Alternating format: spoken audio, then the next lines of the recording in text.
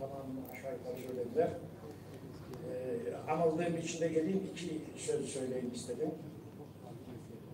Bir şey dikkate alalım. Askıya alma işi vardı. Üyeliğimizi. Bu süreliydi. 7-8 aylık bir şeydi. Seçime kadar üyeliğimizi askıya alalım kararı. Kılıç vardı, sağa solu doğuruyordu. Adamın gözleri fal taşı gibi gitti. Şimdi burada oturan en akıllı, ne bileyim hepimizin bir yerlerinde böyle söylemlerimizde bazı şeyler var, onları ürkütüyor. Bu askıya aldıktan sonra Sayın Başkan bize mail attı. 5 kişi geldi Kafkasya'dan. Bu bizi çok ciddiye aldıklarını gösteriyordu. 80 yaşının üzerinde adamlar geldi. Şimdi hatırlayamıyorum isimlerini. Ürdün'den Kardem Samir var mıydı? Hatırlayamıyorum. Cihan abi hatırlayanlar var mı? 5 meşbaşa gelebilecek 80 yaşın üzerinde 5 kişi geldi. Bu bizi çok ciddiye aldıklarını gösteriyor. Biz askıya aldık, reddedelim, koymayalım, muhatap olmayalım filan dedi. Ben kıyamet koparttım. Dedim ki burada şey bitiyor. Bu kadar tamade büyük adam geldiği zaman devreye hapse giriyor. Lütfen bu adamları karşılayın. Tabii ben dışarıdan gazel okumuş oldum. Karşılandı, uğurlandı. Şimdi bizim önümüzde Kase ile ilgili bir cümle koyun. Hatojugo Valeri'ydi herhalde. Başkanı Kase'nin. Yağan da oradaydı herhalde. Parlamentodan, Kabardey parlamentosundan toprak reformu ile ilgili bir yasa çıkacak. O yasanın çıkması için Kase'nin meclise gitmesi gerekiyor. Meclise gitmezse Kase o kanun çıkmıyor. Orada C partisi, muhalefet partisi, A partisi yok. İktidar var. Sivil toplum örgütü diyemiyoruz. Resmi örgüt. Rodina'da var bunlar. Yani bizim önümüzdeki engel bunu bir türlü kafamız almıyor. Nasıl Dünya Çerkez Birliği oradaki yapılar sivil toplum. Sivil toplum örgütü değiller. Yarı resmiler her neyse. Yani Kase girmeden yasa çıkmadı. Gelmeyeceğim diyor Yağan. Kuka rahmetli diyor ki vallahi yukakan vallahi uğuşusunum vallahi sesiz koyu yasa kıdaşkın. Zakon kıdaşkın her neyse. Ben istediğim gibi yasa ama mecbur geleceksin. Yani Kase'nin Rusya'daki Kabardey'deki karşılığı bu. Bakacağız şeyde gelecek dendiğine göre Adigey'de de o öyle devam edecek. Yani bizim önümüzdeki engel oradaki yapıyı hazmedememiz, edemememiz. Onların eksikleri de var. Onlar da bizim kadar demokratik yazışamıyorlar. Onlar da onlara tuhafına gidiyor. Biz daha demokrasiyiz, daha Avrupalıyız herhalde. Biz her şeyi yazıyoruz. Ve onlar da ona tereddüt ediyorlar herhalde. Ben iki problem olarak bunu görüyorum. Bizim önümüzde oradaki statüyü benimseyemememiz var. Onların da bizim çok rahatlıkla aldığımız, yazdığımız, çizdiğimiz şeyler. Kurulduğunda 93'te rahmetli Euro'ya 12 kişinin kendisini belirlemesi istendi yönetimi. Toplantıya geldiklerinde hiçbir şey gelmedi. Ne gelecekti? Dil, tarih, şunlar. Ama onunla sorumlu hiçbir şey yoktu. İkinci Çerkezk'te olacak 96'daki kongrede de tüzük değişikliği yapıldı. Tarih komisyonu, dil komisyonu öyle dedik. Türkiye'den gidenler teklif etti. Dedik ki bu böyle olmaz. 12 kişinin sorumlu olunca kimse sorumsuz oluyor. Ama komisyon olduğu zaman dil komisyonu, tarih komisyonu bunlardan sorumlu. Yani bunu tüzük değişiklikleriyle içini doldurabiliriz. Doldurmalıyız, değiştirmeliyiz. Sonra ben ısrarla şunu söylüyorum.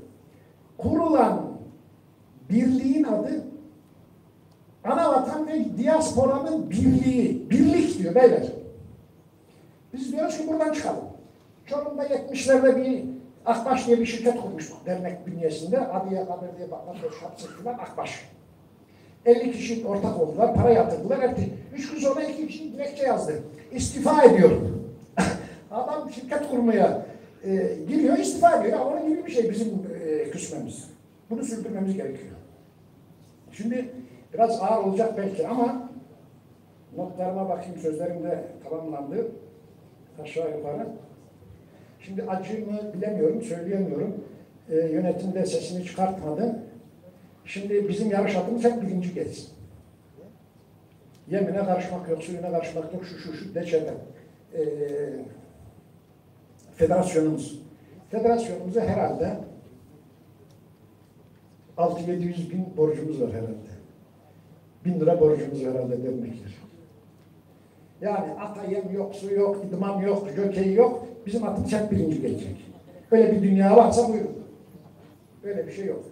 Federasyon bizim katkılarımızın en az her zaman Cihan abi de, hepsi, Muhittin abi de dahil, federasyon başkanları her zaman desteğimizin en az 5 katı, 10 katı iş yaptılar. Bir şeyde isterken, tenkit ederken de biraz kendimizi şekil düzenleyelim. Sabrınızı zorlandı artık en son konuşmayı benim herhalde. Hepinizi saygıyla selamlıyorum.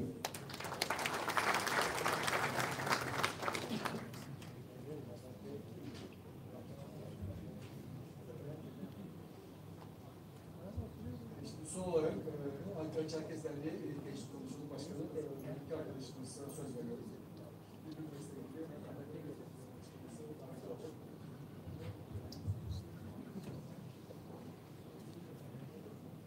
Merhabalar, hoş geldiniz. Ben şovun verirken ayaklarınıza sağlık önce.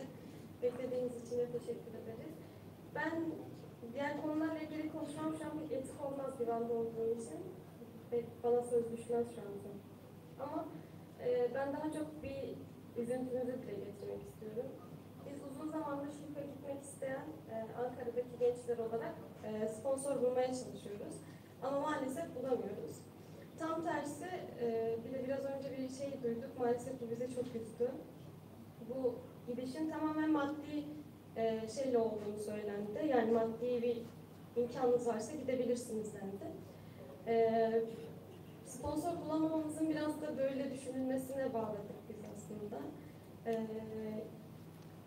Yani çıkan herkes gidilmesinin çok önemli olduğunu, gençleri götürmek istediklerini söylediler. Ama bu kadar aylardır aranan zamana rağmen biz henüz bir tane bile sponsor bulamadık.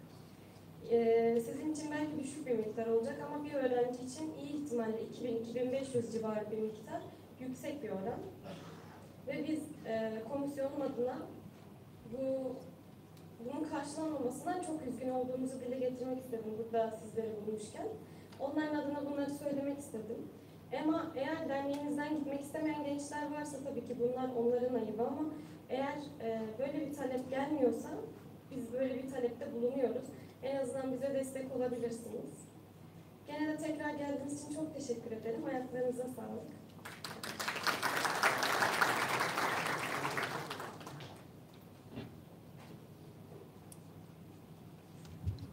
Melike Hanım'a çok teşekkür ederim. Için. Sayın Delegeler, Sayın Konuklar, Melike Hanım'a tekrar teşekkür ederim. Sayın Delegeler, Sayın Misafirler, dün ve bugün gayet kapsamlı konu tartışıldığını zannediyorum. Bugün 20 konuşmacımız vardı. Zannediyorum dün de 30 kadar konuşmacımız vardı. Yani bu konuyla ilgili söylenecek her şey söylendiği gibi. Şu anda iki önerge geldi bize. Fakat direkt gündemimizde olan konularla ilgili değil. Bir tanesi zaten yönetim kurulu yetkisinde olan bir şey ama önerge geldiği için okumak istiyorum. Oylamaya geçmek taraftarısı değil, çünkü bizim gündemimizde olmayan konular. Ayrıca yönetim kurulunda yetkisi var hazırlamakla ilgili ve genel kurula gitmekle ilgili. İsterseniz okuyalım onları, bilgimiz olsun. Başka önerge vermek isteyen olursa tartışmasıyla ilgili onları da Kaffet Olağanüstü Genel Kurulu Divan Başkanlığı'na yapılmakta olan genel kurulda DCP Yönetim Kurulu üyesi ve Kaberde Hikâse Başkanı Hafıza Muhammed, Kaffet ve Türkiye diasporasına yönelik radyo programında sarf ettiği aşağılayıcı hakaretleri ifade nedeniyle kınanması ve istenmeyen adam ilan edilmesi genel kurulun dikkatine arz ederiz. Gül Yıldız Atilla Muhtar Alkış. Bu birincisi. İkinci konu ise Kaffet Olağanüstü Genel Kurulu Divan Başkanlığı'na yapılmakta olan genel kurulda Kaffet Tüzüğü'nün 20. maddesine göre üye olunan uluslararası kuruluşlarla çalışma yöntem ve şekillerini belirten bir yönetmelik hazırlanması için yönetim kuruluna yetki ve görev verilmesi hususunu genel kurulun dikkatine arz ederiz. Atilla Mutlu almış. Bu hususta federasyonumuzun tüzüğünde yer alan madde 20. madde, evet gayet açık bir şekilde aslında burada Atilla Mutlu arkadaşımız haklı olmakla beraber önerilerinin belirli bir sayıya ulaşması gerekliliğinden dolayı ben konuyu siz hazırlığına arz ediyorum. Bu önergeyle ilgili yönetmelik hazırlama zaten yönetim kurulu her zaman yapabileceği bir şey. Yönetmelik hazırlayıp müdahale getirebilir. Dediğim gibi bu yönetmelik hazırlanmasıyla ilgili yetki verilmesinin maddesi yok bizim müdahale kurulunda. Olağanüstü genel kurulu iki gündem yaptık. DÇB ile ilişkiler ve genel başkan seçilmesiyle ilgili. O yüzden çok biliyorsunuz. Sayın Başkanım. Yetkili zaten.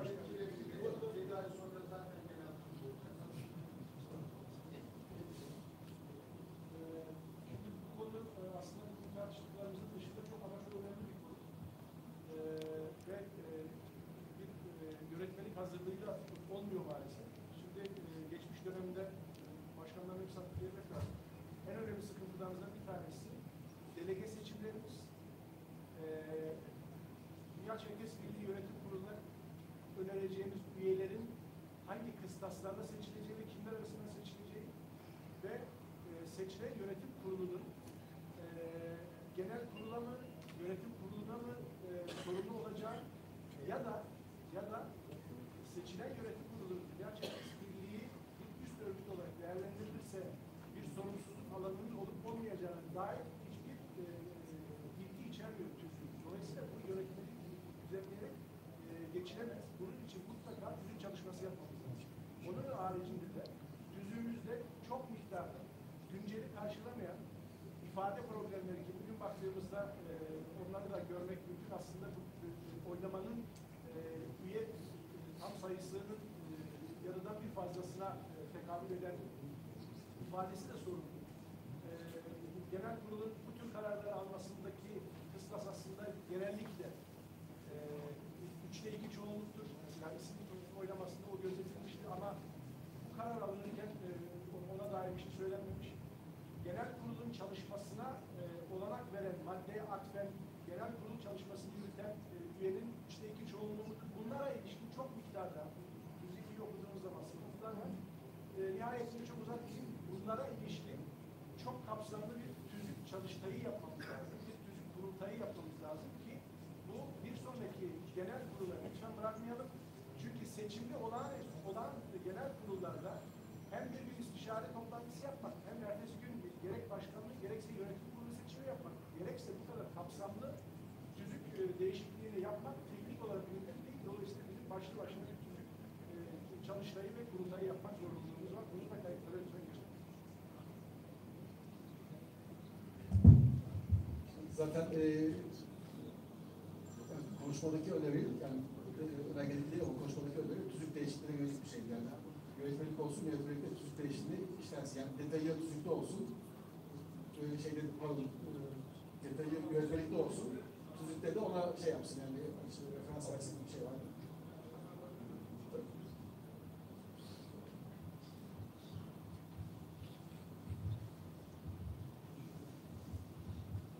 Sayın Divan, kıymetli hazırım.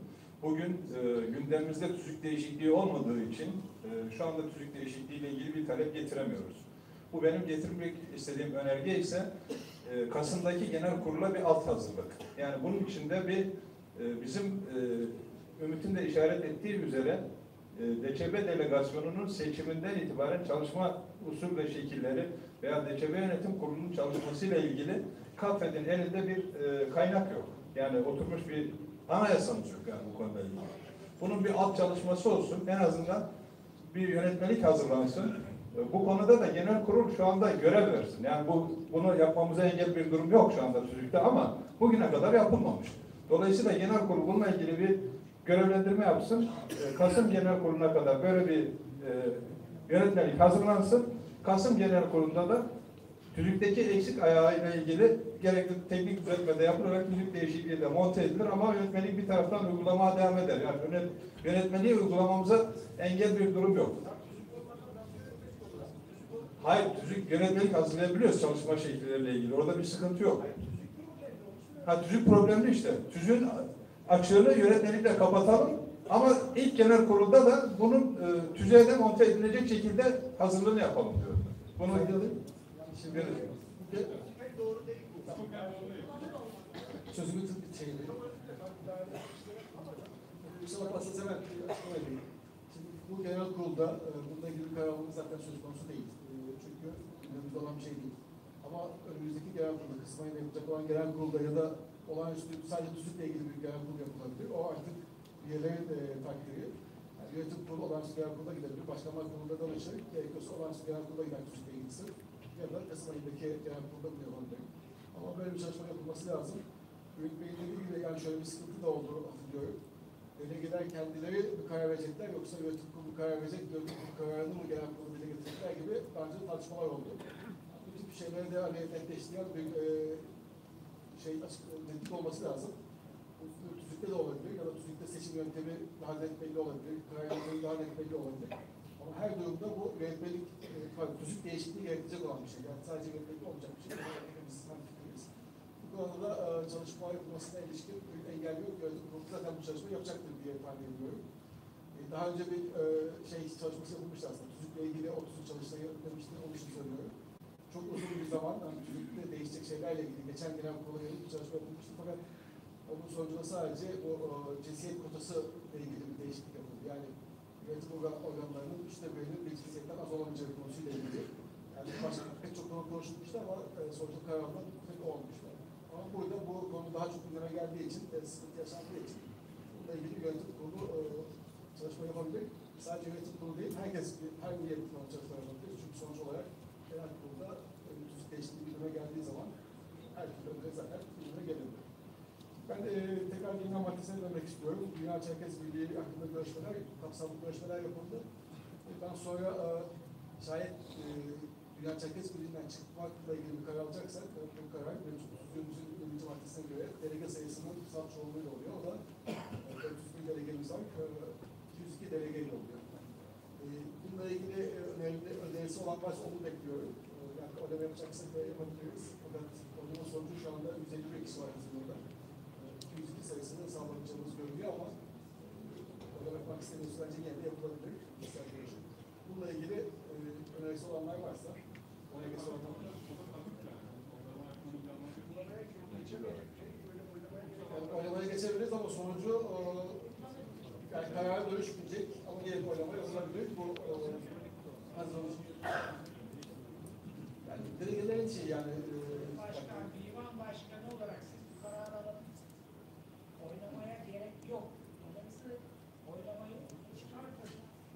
ben de sizin görüşünüzü alayım bundan sonra karar verin diyorum. Ama yok. O iki oylama yapıyor. Başka görüş var mı? Başka görüş olmuyor. Zaten 202 Sedat desene de genel temayülden insanlar ne düşünüyor? Gerçekliğinde de yine oylansın. Gene oylansın yani. Yani insanlar ne düşünüyor? En azından o belli olur. O zaman şöyle bir şey öneri geldi. Onu hemen kısaca oylamak istiyorum. DÇM'den çıkma konusunda ya da devam etme konusunda, devam etme değil de çıkma konusunda, çünkü zaten devam ediyoruz. Oylama yapıp yapmama konusunda oylama yapıyorum. Oylama yapalım diyenler elini kaldırsın. Oylama yapalım diyenler. Tabii. 5 lira. Görmek için olabilir. Onun için görmek istedim. Onun için oylama yapıyorum. Yani oylama yapalım derseniz yapalım. Oylama yapalım diyenler lütfen şeyi kaldırsın. Delege kartlarını kaldırsınlar. Ona göre bir sayım yapalım. Ya genel temayül nedir? Yani bu 2 gündür görüşüyorsunuz. En azından %40'ı istedi, %70'i istemedi diye ortaya bir şey çıkar. Sayın büyüklerim lütfen. Abi işte onu oylama yapıyoruz. Demek Bey. Arkadaşlar tekrar yok. Ellerinizi indirir misiniz? Bir saniye ellerinizi indirin. Tekrar açıkça söyleyelim. Genel kurul sonucu alacağımız karar dönüşmeyecektir. Oylamaya sonucu dönüşmeyecektir. Fakat Levent Bey'in dediği gibi, siz de dediğiniz gibi hani bu kadar konuştuk. O zaman buradaki katılım hazırlığının görüşü de belli olsun diye öneriler de var. Onun için oylama yapılsın önerisi var. Oylama yapıp yapmamayı oyluyorum şimdi. Oylama bu konuda durumu görelim, hazırlığın tavrını görelim diyenlerin önerisi bu. Oylama yapalım diyenler elini kaldırsın.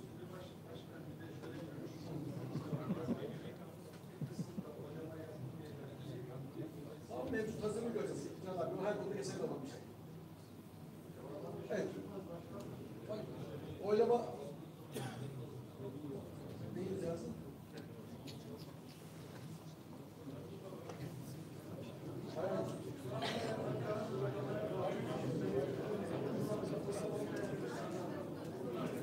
Ama o kendi sordu yani.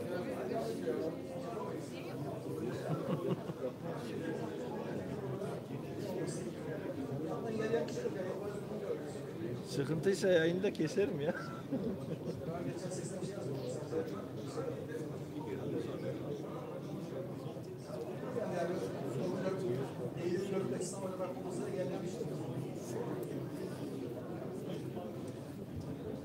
O zaman şöyle ifade edeyim. Karar oylaması değil, bu eğilim oylamasını yapıyoruz yani. Eğilimi görmek için bir oylama yapacağım. Arkadaşlar tekrar söylüyorum. Atilla Bey'in şeyi haklı. Yani karar sayısı yoksa toplantı sayısı yok diyor geliyor şey. Ama burada iki günden maddemiz var. Bir eğilim yok ama zaten açıkladım. Oylama yapalım diyenler lütfen delege kartlarını kaldırsınlar.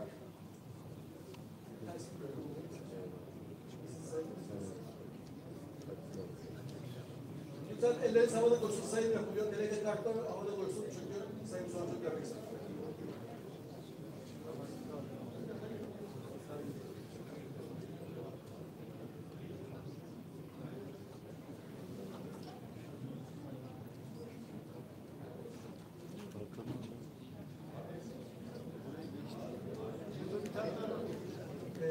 Yapılmasın, oylama yapılmasın diyenler lütfen kaldırsın. Oylama yapılmasın diyenler. Oylama yapılmasın diyenler. Saymaya gerek yok bence. Tamam, şimdi o zaman oylamaya geçeceğiz. Dünya Çerkez Birliği'nden ayrılalım diyenler lütfen kaldırsınlar. Dünya Çerkez Birliği'nden ayrılalım diyenler lütfen kaldırsın.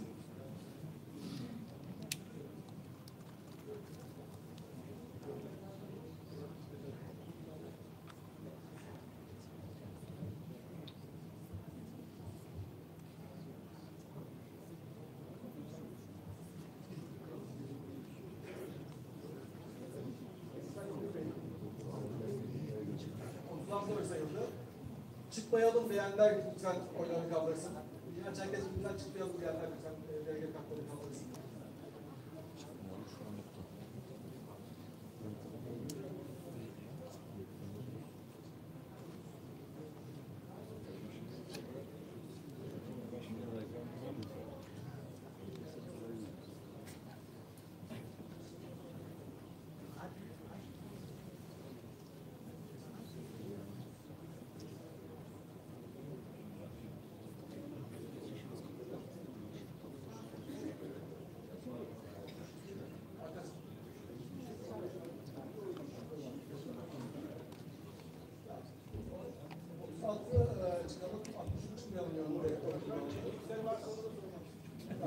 Çekimsel kalmak isteyenler varsa onlar da lütfen kaldırsınlar. Bu konuda çekimsel olanlar.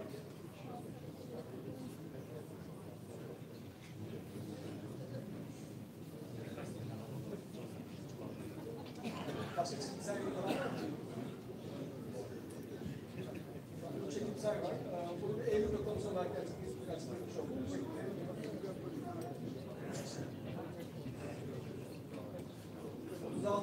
Çıkma önünde evet diyen, 63 çıkma önünde hayır diyen, 3 de çekimsel kalmak arkadaşımız var.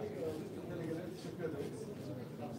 Şimdi gündemimizin sonraki maddesi Kaffet Genel Başkan adaylık için başvurmak kabul edilmesi. Burada belge varsa lütfen onları isterseniz söyleyeceğiz.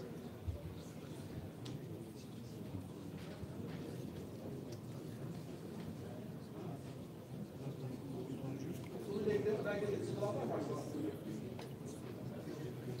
Yok galiba bir tane önerge geldi.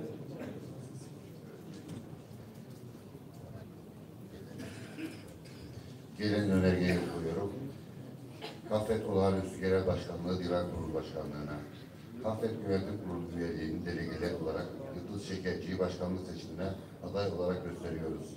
Filiz Çelik, Bilge Eken, Atilla Mutlu Alkış, Adnan Arslan, Leyla Adalar, Fikret Kınık, Ersin Özden, Sedat Kök, Sevil Dizdarlar, Sevinç Baykan Özden, Nesin Aldan, Belgin Balcı, teşekkür ediyoruz. Başkanım ben görev olan son defa sordum. Görev olmayan lazım. Yıldız Hanım'ı program yapmak için davet ediyorum. Kendisini tanıtması için.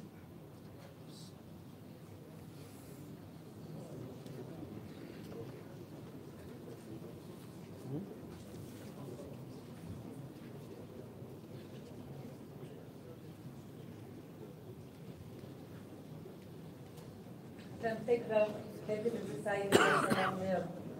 Bu son derece onurlu, gurur verici bir görevi bana verdiğiniz için, önerdiğiniz için daha doğrusu henüz almadık. Çok teşekkür ediyorum hepinize. Çok zor bir görev aldığımın bilincindeyim ama dernek başkanları, yönetim kurulu ve siz dostlarımızla bu yükün altından kalkabileceğinize de inancım var. Hepinize teşekkür ediyorum. Sağ olun, var olun.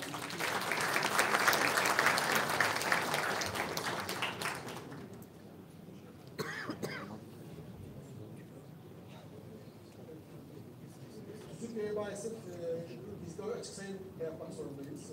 Açık oylama yapamıyoruz. O yüzden bir seçim ve sandık kurulu oluşması gerekiyor.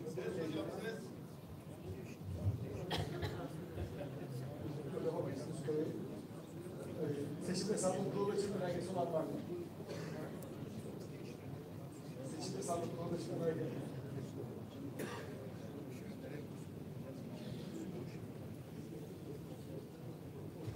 Sözlü yapalım. Yazılı önerge yoksa katılmak isteyen arkadaşlar var mı? Bizim geçen dönem yapan arkadaşlar nerede? Ümit Bey vardı. İlhan Bey, Ümit Bey. İlhan Önder, Ümit Akkaya. Burada mı? O zaman alıyoruz. İlhan Bey buyurun.